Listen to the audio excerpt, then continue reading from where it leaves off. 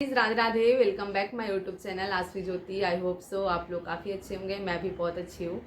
So finally मैं पटना आ गई। बहुत सारे लोग मतलब कमेंट कर रहे थे, दी आप पटना नहीं जाएंगे, पटना नहीं जाएंगे, आप पटना नहीं जाएंगे, आप पटना छोड़ दिए, आप गाँव से ही तैयारी करेंगे।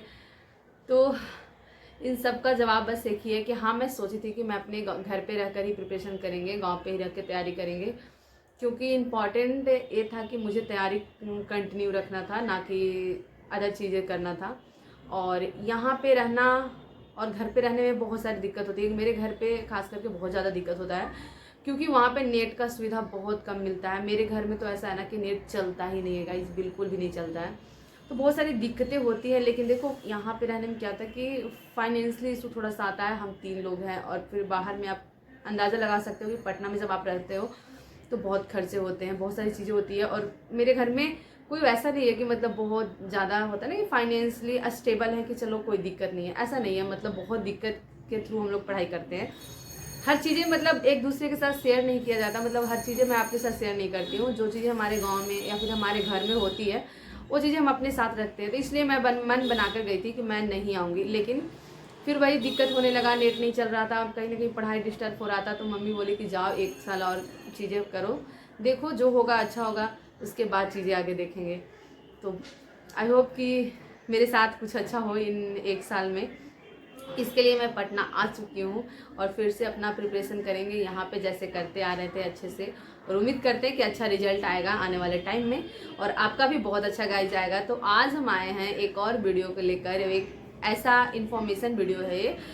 बहुत सारे कमेंट किए थे ना, पिछले मैं 1-2 वीडियो डाली थी जिसमें कि आप इसका लिंक दो, कहाँ से फॉर्म अप्लाई होगा, कहाँ से अप्लाई होगा। तो आज मैं बताऊंगी कि कैसे अप्लाई होगा, क्या होगा। आज जो वैकेंसी है ना वो बैंक ऑफ बड़ौदा का वैकेंसी है, और बहुत अच्छा वैकेंसी है, खास करके उन लड़कियों के लिए और लड़कों के लिए जिनकी हाइट ना कहीं आप डिफेंस लाइन में नहीं जा पाते हो, या फिर बिहार पुलिस में हाइट आपका नहीं था, उनके लिए खास करके है। और लड़कियों के लिए खास करके बहुत हाइट मतलब इशू होता है। तो इसलिए आप वो फॉर्म जरूर से जरूर अप्लाई करो। चलो तो सीधे मैं ले चलती हूँ वेबसाइट पे, क्योंकि आप लोग ना वही कमेंट करते हो लिंक नहीं दिए, लिंक नहीं दिए। तो चलो सीधे वहीं पे चलो और हम वहीं पे बात करेंगे इसके बारे में। सो गाइज़, यहाँ पे हम आ चुके हैं सरकारी रिजल्ट पे। यहाँ पे आप क्लिक करोगे तो ये गवर्नमेंट का फॉर्म है। तो यहाँ पे सारी चीज़ें आपको बहुत अच्छे से दिख जाएगा। और ये जो पहले आपको यहाँ पे दिखता है, जो लेटेस्ट एग्ज़ाम आते हैं उनकी सारी वैकेंसी यहाँ पे होती है। एंड इसको थोड़ा आप आगे स्क्रॉल करोगे तो आपको मतलब की चीज़ें मिलेगी। जो हो जाएगा यहाँ पे रिजल्ट आता है, जो न्यू रिजल्ट आ रखे होते हैं ना उनके बारे में। फिर एडमिट कार्ड हो गया, जैसे आपको यूपी पुलिस का एडमिट कार्ड हो गया, बिहार पुलिस का एडमिट कार्ड हो गया, ये सारी चीज़ें यहाँ पे अवेलेबल होती है। एंड ये जो आ गया इसमें लेटेस्ट जॉब के बारे में होता है हमें। तो यहाँ पे आप देख सकते हो कि अभी क्या वैकेंसी आया। जैसे राजस्थान पटवारी का वैकेंसी आया, ग्रुप डी का वैकेंसी आया था जो फॉर्म फिल हो रहा है। एंड यहीं पे आपको देखने को मिलेगा आपका बैंक ऑफ बड़ौदा का। तो आप यहाँ पे देखो कि 4-5 नंबर पे हमारा है बैंक ऑफ बड़ौदा। तो ये ऐसे खुलेगा। अब बात आती है इसकी पोस्ट क्या है। तो सबसे स्टार्टिंग में ही आपको तो यहाँ पे देखने को मिलेगा कि आपका जो पोस्ट है वो 4000 समथिंग 4000 पोस्ट है। मतलब समथिंग कुछ नहीं है, यहाँ पे 4000 पोस्ट है। और पोस्ट जो अप्लीकेशन मतलब कब से हम अप्लाई कर सकते हैं, तो ये 20 फरवरी से आप अप्लाई कर सकते हो। और इसके बारे में और हम आगे चलेंगे तो हमको चीज़ें आगे और पता चलेगा। यहाँ पे देखो ये जो फॉर्म है ना वो बैंक ऑफ बड़ौदा का अपना पर्सनल जो वेबसाइट होता है उन लोग का, उस पर भी आता है। लेकिन ये सरकारी जॉब है और ऑल इंडिया का जॉब है। तो यहाँ पे आप सरकारी रिजल्ट पे भी देख सकते हो। तो बात आती है कि अप्लीकेशन कब से हो रहा है, मतलब अप्लाई कब से हो रहा है। तो ये आपका अप्लाई जो हो रहा है वो 19 फरवरी से अप्लाई स्टार्ट है, जो कि 11 मार्च तक आपको चलेगा। तो एप्लीकेशन जो अप्लाई करने का डेट है वो काफ़ी लंबा है, लेकिन आप अप्लाई कर दो अभी से ही, क्योंकि ये लास्ट में बहुत दिक्कत होती है गाइस।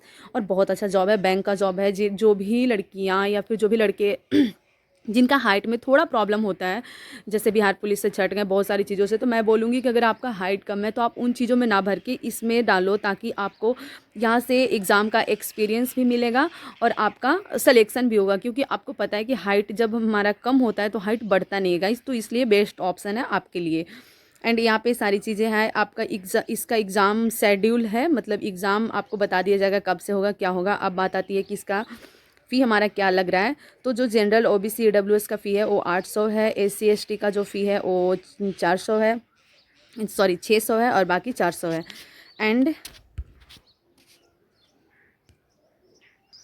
एंड यहाँ पे अप्लाई करने का डेट और एज लिमिट क्या है, तो देखो यहाँ पे आपको एज लिमिट दिया हुआ है, क्या है 1/2/2025 से एज लिमिट हो जाएगा आपको 20 साल हो जाता है, मिनिमम 20 साल के आप होने चाहिए और मैक्सिमम 28 साल। तो इसमें एक चीज़ बहुत अच्छा है कि 20 साल मतलब 2 साल ऐसे 18 साल से हम फॉर्म डालते हैं, तो 2 साल उधर से और इधर 28 साल तक ही, तो ये फॉर्म जो जाएगा ना वो एक लिमिटेड लोग फॉर्म डालेंगे, मतलब बहुत का तो ओवर एज हो जाएगा और बहुत का कम एज रहेगा। तो अगर आप इन एज के बीच में आते हो देन आप अप्लाई करो, क्योंकि ये बहुत अच्छा वैकेंसी है और बहुत अच्छा जॉब है और बहुत मतलब एक चुनिंदे लोग इसको फॉर्म को डालेंगे, क्योंकि इसकी जो हर चीज़ होती है ना थोड़ा अलग होता है और बैंक का, तो इसलिए आप अप्लाई करो, ये बहुत अच्छा वैकेंसी है गाइस।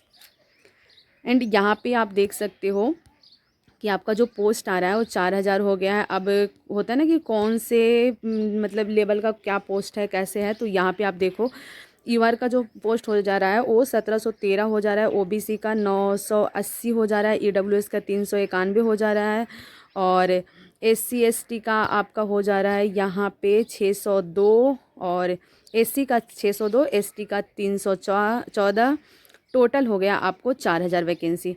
तो ये सारी चीज़ें यहाँ पे हैं। अब यहाँ पे अगर आगे आप क्रॉस करोगे ना, स्क्रॉल करोगे तो आपको यहाँ पे दिखेगा कि उत्तर प्रदेश में कितना वैकेंसी है। जैसे उत्तर प्रदेश में हो गया 578, बिहार में हो गया 120, झारखंड में 50, मध्य प्रदेश में 94, न्यू दिल्ली में 172, छत्तीसगढ़ ये इसी तरह से राजस्थान में 320, हिमाचल प्रदेश में नहीं है, हिमाचल प्रदेश का कोई वैकेंसी नहीं है, हरियाणा के 71, पंजाब का हो गया आपको 132, उत्तराखंड का हो गया 30, इसी तरह से आगे सारी चीज़ें हैं। तो इसको आप अच्छे से देख लेना आप कौन से स्टेट से आते हो, देन इसको अप्लाई कर सकते हो। अब हम आगे बढ़ेंगे, इसके बारे में थोड़ा और जानेंगे तो हमें पता चलेगा कि इसकी वही लास्ट डेट क्या है। और स्टार्टिंग 19 फरवरी से हो गया है और आपको 11 मार्च तक चलेगा, तो इसको आप अप्लाई कर दो। आप अगर आप इसके लिए एलिजिबल हो देन इसको अप्लाई करो।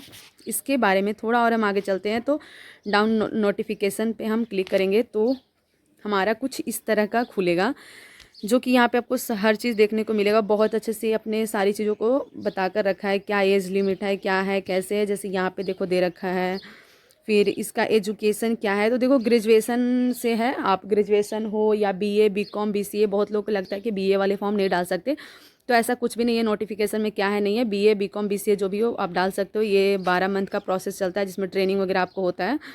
एंड यहाँ पे आप फिर से वही चीज़ें दिया है कि कौन से स्टेट से क्या वैकेंसी है और कौन से कैटेगरी के लिए कितना वैकेंसी है। जैसे मान लो कि आंध्र प्रदेश में 59 वैकेंसी है, उसमें एससी के लिए कितना है, एसटी के लिए कितना है, ये सारी चीज़ें यहाँ पे बता रखा है। तो ये सारी चीज़ें आप देख लेना, यहाँ पे आपको पता चल जाएगा कि कौन से स्टेट में कितना वैकेंसी है और कौन से जो कैटेगरी होते हैं उसके लिए कितना वैकेंसी है। तो देन यहाँ पे ये सारी चीज़ आपको पता चल जाएगा। सेम ये भी उसी तरह का है। तो इसको स्क्रॉल करके हम आगे बढ़ते हैं, हम चलेंगे अपने मतलब की ओर।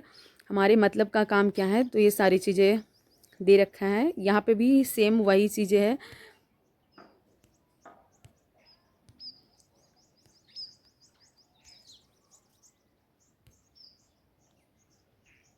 यहाँ पे भी गाइस सेम वही चीज़ें है, देख सकते हो। इसको भी आप एक बार देख लेना क्या है नहीं है।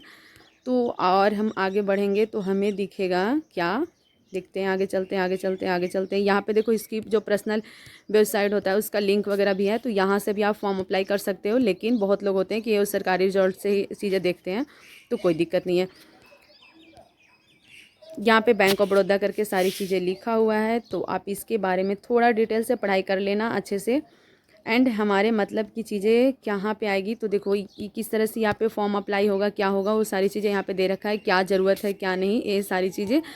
तो इसके बारे में आप एक बार देखो और फॉर्म को गाइस अप्लाई करो, मैं तो यही बोलूँगी, क्योंकि ये बहुत अच्छी वैकेंसी है। और हम नीचे चलते हैं, तो नीचे हमारा देखना है, देखो यहाँ पे सारी चीज़ें प्रोसेस बता दिया कि क्या फॉर्म मतलब किस तरह से होगा, क्या होगा, क्या चाहिए, कितना फ़ोटो वगैरह जो भी चीज़ें होता है वो सारी चीज़ें यहाँ पे आपको मिल जाएगा। तो हम बैक होंगे तो हमें इसके बारे में थोड़ा सिलेबस देखेंगे कि आखिर सिलेबस में क्या है। तो सिलेबस देखेंगे, देखो यहाँ पे हमारा सिलेबस है, तो हम इसका सिलेबस देखेंगे। तो देखो गाइस ये है सिलेबस, इसका क्या सिलेबस रहने वाला है। तो सिलेबस कुछ भी नहीं है, बहुत ही वही है जो आप हमेशा से तैयारी करते आ रहे हो, जिसमें आपको मिलेगा टाइम जो आ रहा है वो 60 मिनट मतलब 1 घंटे का टाइम है और टोटल क्वेश्चन 100 हो जाएगा यहाँ पे। टोटल क्वेश्चन आपको 100 है, देख सकते हो, जिसमें 100 मार्क्स का होगा। अब पर क्वेश्चन 1 मार्क्स का मतलब होता है 1 क्वेश्चन 1 मार्क्स, आपको यही मिलने वाला है यहाँ पे। एंड देखते हैं कौन से सब्जेक्ट से कितना क्वेश्चन मिलेगा। तो यहाँ पे आप किस सब्जेक्ट से कितना क्वेश्चन आ रहा है, तो यहाँ पे जनरल फाइनेंशियल से आ रहा है आपको 25 क्वेश्चन 25 मार्क्स का। उसके बाद रीजनिंग एप्टीट्यूड से आ रहा है आपको 25 क्वेश्चन 25 मार्क्स का हो गया। और उसके बाद कंप्यूटर को नॉलेज हो जाएगा, तो वो भी 25 क्वेश्चन, क्योंकि बैंक का जॉब है गाइस, तो ये कंप्यूटर से पूछेगा। उसके बाद जनरल इंग्लिश, ये भी आ जाएगा 25 क्वेश्चन 25 मार्क्स का। ये मत सोचना है कि ये एग्ज़ाम जो सिर्फ मुझे हिंदी में देना है या इंग्लिश में देना है, आपको अपने अकॉर्डिंग है, जिसमें एग्ज़ाम देना चाहो तो ये देख सकते हो। तो ये बहुत अच्छी चीज़ें हैं इसके बारे में। अब बात आती है कि क्या हम इसकी तैयारी हमारी है नहीं है, बहुत लोग ऐसे बोलेंगे। तो देखो, थोड़ा बहुत भी आप तैयारी किए हो तो जीके जीएस तो वहाँ से चल जाएगा, करेंट अफेयर, ये सारी चीज़ें हो जाएगा। बात आती है रीजनिंग, तो रीजनिंग तो हर एग्जाम में पूछता है, और रीजनिंग नॉर्मल चीज़ें होती है, मतलब ये थोड़ा दिमाग लगा लो अपना तो ये बन जाता है। सबसे ज़्यादा आपको दिक्कत आएगा थोड़ा इंग्लिश में और कंप्यूटर में। तो कंप्यूटर का 25 क्वेश्चन है, तो बस इसका आप अच्छे से तैयारी करो। अगर आप दिल्ली पुलिस का एग्जाम की तैयारी की हो या किसी भी चीज़ का, तो यहाँ से हो जाएगा। तो टेंशन मत लो, आराम से पहले फॉर्म डालो, टाइम है, और इसकी प्रिपरेशन करो। क्योंकि जिसकी हाइट कम है और थोड़ा दिक्कत होता है और अदर जॉब में, उसके लिए बेस्ट ऑप्शन है। अगर आप हाइट अच्छा भी है और पढ़ने में अच्छे हो, देन आप इसको अप्लाई करो गाइज, बहुत अच्छा जॉब है। और इसके बारे में पूरे डिटेल आप पढ़ो, और उसके बाद आपको चीज़ें समझ में आ जाएगा। तो आई होप कि आपको चीज़ें समझ में आई होगी।